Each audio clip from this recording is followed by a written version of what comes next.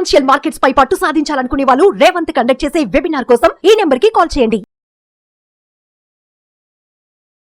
నమస్తే, welcome to Suman TV. నేను విష్ణు. ప్రస్తుతంతో పాటు సర్టిఫైడ్ ఫైనాన్షియల్ ప్లానర్ మాధవిరెడ్డి గారు ఉన్నారు. వారితో మాట్లాడదాం.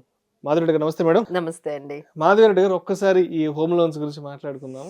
చాలా మంది ఈ మధ్య ఏదన్నా ఇల్లు కొనాలన్న ఆలోచన, లేదంటే ఇంటికి సంబంధించిన డిస్కషన్ వస్తే ఏం చెప్తున్నారంటే, అరే బాబు 50 లక్షల రూపాయలు లోన్ తీసుకుంటే దానికి మళ్ళీ వడ్డీ ఎంత కలిపి మనం 1 కోటి రూపాయలు కట్టాలి, 1 కోటి రూపాయలు లోన్ తీసుకుంటే దానికి మళ్ళీ వడ్డీ ఎంత కలిపి 1.5 కోటి కట్టాల్సి వస్తుంది, కాబట్టి హోమ్ లోన్ గేమ్ లోన్లు ఏమవుతారని చెప్తున్నారు. సో ఇప్పుడు ఈ హోమ్ లోన్ ప్లస్ ఎస్ఐపి అనే కాన్సెప్ట్ కూడా దీంట్లోకి తీసుకొస్తే, సో దీన్ని ఎలా ఇంప్లిమెంటేషన్ చేసుకోవచ్చు అంటారు? సో డెఫినెట్లీ అండి. ఇప్పుడు ఏంటంటే రియల్ ఎస్టేట్ అనేది బాగా ఎక్స్పెన్సివ్ అయిపోయిందండి. సో అందరం కూడా ఈ టాపిక్ అయితే ఖచ్చితంగా మాట్లాడుకోవాలి. అప్పట్లో ఏంటంటే రియల్ ఎస్టేట్ ఇంత ఉండేది కాదు. మీరు ఒక 5-10 ఇయర్స్ బ్యాక్ కానీ, లేకపోతే ఒక 7 ఇయర్స్ బ్యాక్ బిఫోర్ కోవిడ్ మీరు కానీ తీసుకున్నట్లయితే ఒక 40-50 lakhsకి ఒక డబుల్ బెడ్రూమ్ అట్లా ఆ రేంజ్ లో వాళ్ళకి అంతా కూడా అవైలబుల్ గా ఉండేది. వాళ్ళు ఒక 20-30 lakhs ఈఎంఐస్ లేకపోతే ఒక హోమ్ లోన్స్ కానీ తీసుకునే వాళ్ళండి. ఇప్పుడు ఇంత ఎక్స్పెన్సివ్ రియల్ ఎస్టేట్ అయిపోయిన తర్వాత ఖచ్చితంగా 70 లక్షలు ఈ హోమ్ లోన్ కి అయితే వెళ్ళిపోతున్నారండి. ఎందుకంటే 1 crore ఉంటుంది, మిగతా ఒక 70 lakhs వరకు వెళ్ళిపోతున్నారు. ఇక 1 crore కూడా వెళ్ళిపోతున్న వాళ్ళు చాలా మంది ఉన్నారు. సో ఇదైతే మాత్రం చాలా డిఫరెంట్ గా మనం చూడాల్సి వస్తుందండి. ఒకవైపు హోమ్ లోన్ వాల్యూ అనేది పెరిగిపోయింది. అంటే హోమ్ లోన్ తీసుకునే ఆ అమౌంట్ ఏదైతే ఉందో అది పెరిగిపోయింది. అప్పట్లో ఏదైతే 30-40 lakhs ఉండే వాళ్ళందరూ కూడా ఇప్పుడు కనీసం 60-70 లక్షలు 70-80 లక్షలు తీసుకునే రేంజ్ కి ఒక 5 years తర్వాత వెళ్ళిపోయారు. అప్పట్లో మనకి 6-7% ఉన్న హోమ్ లోను ఇప్పుడు కాస్త 9.5% కూడా వెళ్ళిపోయిందండి. సో ఇప్పుడు మీరు చూసే పర్స్పెక్టివ్ అయితే కంపల్సరీ మారాలండి. ఎందుకంటే ఇప్పుడు మేము కొన్ని క్యాలిక్యులేషన్స్ మీకు చెప్తాము, so that you can understand what need to be done. ఇక్కడ మనకి 3 questions వస్తాయండి. అంటే హోమ్ లోన్ తీసుకోవాలా, లేదు అంటే ఆ అమౌంట్ ఏదైతే ఉందో మనం ఆ 50,000, 40,000, 70,000 ఏదైతే ఈఎంఐ కడతామో అదంతా కూడా సేవింగ్ చేసేసి ఇన్వెస్ట్మెంట్స్ చేసేసుకోవాలి.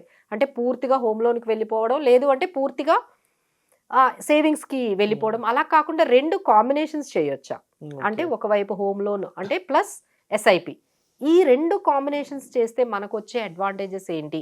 సో ఈ కాన్సెప్ట్ పేరు మనకి హోమ్ లోన్ ప్లస్ ఎస్ఐపి అనే కాన్సెప్ట్ తీసుకొచ్చామండి. సో ఇప్పుడు let see how this will help you. So first లో మనం చెప్పుకున్నాము 1 crore కానీ మీరు 50 లక్షలు కానీ లోన్ తీసుకున్నట్లయితే 50 లక్షల ఇంట్రెస్ట్.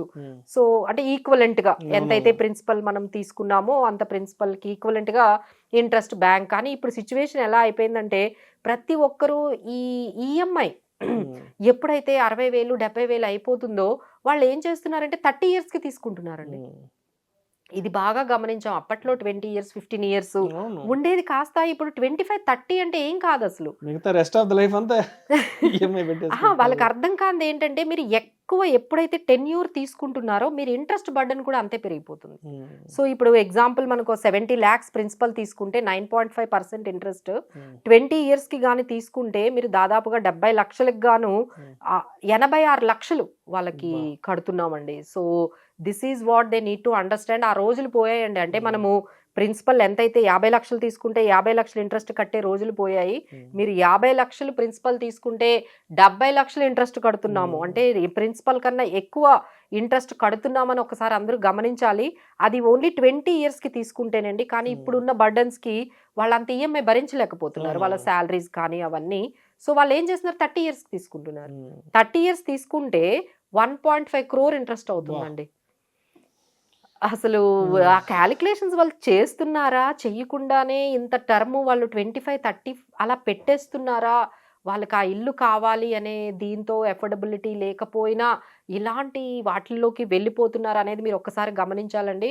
ఎవరైతే 30 years 25-30 years హోమ్ లోన్లో తీసుకోవాలి అనుకుంటున్నారో తీసుకున్నారో ఒక్కసారి అయితే మాత్రం మీరు ఈ బ్రాకెట్లో 25-30 years ఈ టైమ్ హారిజన్ హోమ్ లోన్స్ తీసుకున్న వాళ్ళందరూ గమనించాలి. మీరు 70 లక్షలు తీసుకున్నట్లయితే 1.5 కోటి వరకు కూడా నా ఇంట్రెస్ట్ మీరు కడుతున్నారనేది గమనించాలి. సో దానికి చాలా మనకి కొన్ని అంటే కొన్ని సొల్యూషన్స్ అయితే ఉన్నాయండి. మీరు ప్రీపేమెంట్ కొంచెం మధ్య మధ్యలో కానీ చేసేసినట్లయితే ఒక 7 లక్షలైనా కనీసం చేసినట్లయితే ఇక్కడున్న ఎగ్జాంపుల్స్లో you can save almost 35 lakhs వరకు.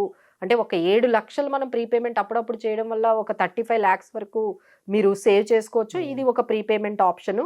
అలా కాకుండా ఈ సంవత్సరానికి ఒక్క ఈఎంఐ ఎక్స్ట్రా కడినా మనకి దాదాపుగా ఇంట్రెస్ట్ అనేది చాలా వరకు ఒక 4 years మనం ముందుగానే అవునవును తీర్చేసే అవకాశాలు అయితే కనిపిస్తున్నాయండి. సో ఇది ఫస్ట్ చెప్పిన ప్రీపేమెంట్ ఆప్షన్ తీసుకోవచ్చు.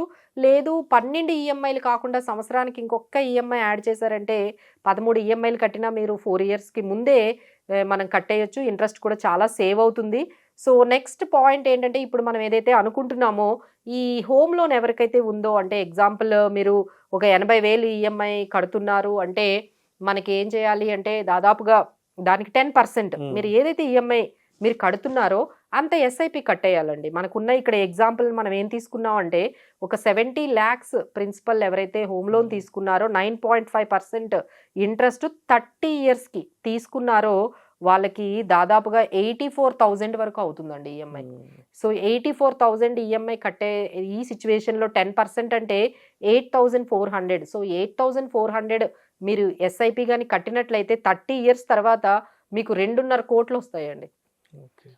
సో దీనివల్ల ఏమవుతుందంటే మీరు ఏదైతే ఈ ఇంట్రెస్ట్ మీరు బ్యాంకుకి కట్టేశారో 1.5 పైనే మీరు ఇంట్రెస్ట్ కడుతున్నారో 2 కోట్ల పైనే 30 years అయితే ఇంట్రెస్ట్ కడుతున్నారో సో వాళ్ళందరికి కూడా కొంచెం ఈ ఇంట్రెస్ట్ అనేది ఇక్కడ ఎస్ఐపి ద్వారా వచ్చిన ఈ 12% మాత్రమే మేము తీసుకున్నాము. ఈ 12% ఏదైతే మీకు కాంపౌండింగ్ వచ్చిందో అది వరకు మీరు కాంపన్సేట్ చేయొచ్చు. సో మాకు ఏది కుదరడం లేదండి, మీకు ఏది ఆప్షన్ కావాలంటే అది తీసుకోవచ్చండి. ఫస్ట్ ఆప్షన్ మనం ఏం చెప్పామో అప్పుడప్పుడు ప్రీపేమెంట్ చేయమన్నాము. లేదు అంటే ఒక ఈఎంఐ ఎక్స్ట్రా కట్టేయమన్నాము.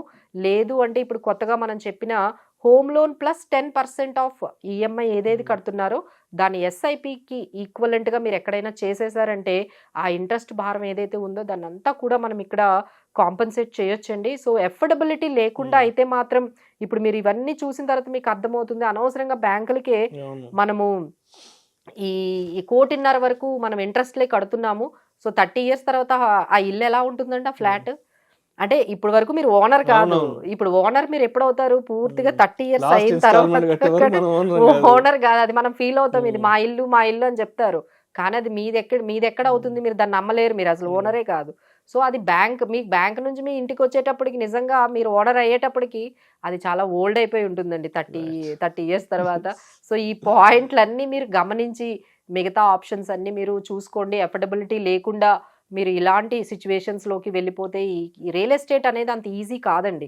ఎంట్రీ ఎగ్జిట్ అనేది మన ఇష్టం వచ్చినట్టు మనం డెసిషన్ తీసుకొని మళ్ళీ నేను బ్యాక్కి వెళ్తాము అంటే రీసెంట్గా ఒక క్లయింట్ అలానే అనమాట. అంటే ఒక 60 లక్షలు పెట్టి ఇల్లు కట్టేశారు, చాలా కట్టేసిన తర్వాత ఇప్పుడు బాధపడుతున్నా now he cannot take back. అరే మేడం అనవసరంగా అక్కడ ఆయనకు వచ్చే రెంట్ 12,000 అట, 60 లక్షలు పెట్టి ఇల్లు కొంటే అంటే ఇల్లు కట్టిస్తే 60 లక్షలు పెడితే ఆయనకి 12,000 వస్తుందని ఇప్పుడు ఆయనకు అర్థమవుతుంది.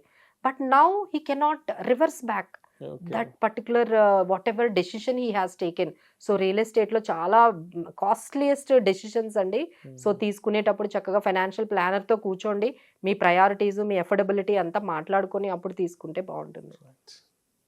Thank you so much Madhu Reddy గారు.